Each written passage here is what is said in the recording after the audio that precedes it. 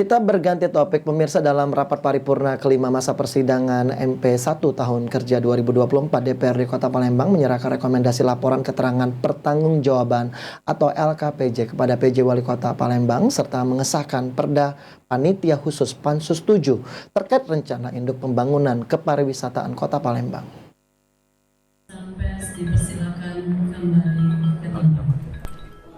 Rapat paripurna kelima masa persidangan MP1 tahun kerja 2024 digelar di ruang rapat paripurna gedung DPRD Kota Palembang pada Sabtu 27 April 2024. Ketua DPRD Kota Palembang Zainal Abidin mengatakan agenda rapat paripurna yang digelar yakni tentang rekomendasi laporan keterangan pertanggungjawaban atau LKPJ tahun 2023 oleh DPRD Kota Palembang. Dan dalam rekomendasi tersebut DPRD Kota Palembang meminta Pemkot melalui OPD terkait untuk terus mengoptimalkan pelayanan kepada masyarakat. Diharapkan Pemkot Palembang memberikan anggaran yang maksimal dan mengoptimalkan pembinaan fungsi Linmas.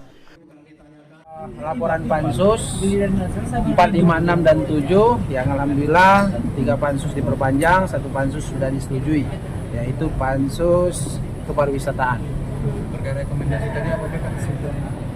Kesimpulannya ada beberapa target yang belum target pekerjaan ataupun kinerja dari pemerintah kota dalam hal ini OPD terkait, ada yang masih kurang ataupun perlu ditingkatkan lagi. Kami harapkan dengan rekomendasi kami ditingkatkan kembali.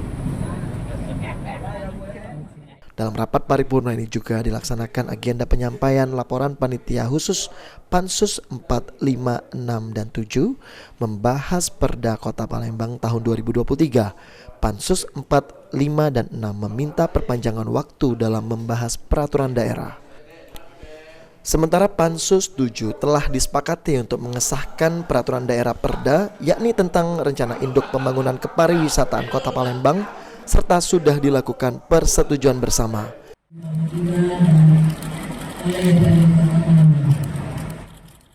Hafidz Zainul, PAL TV.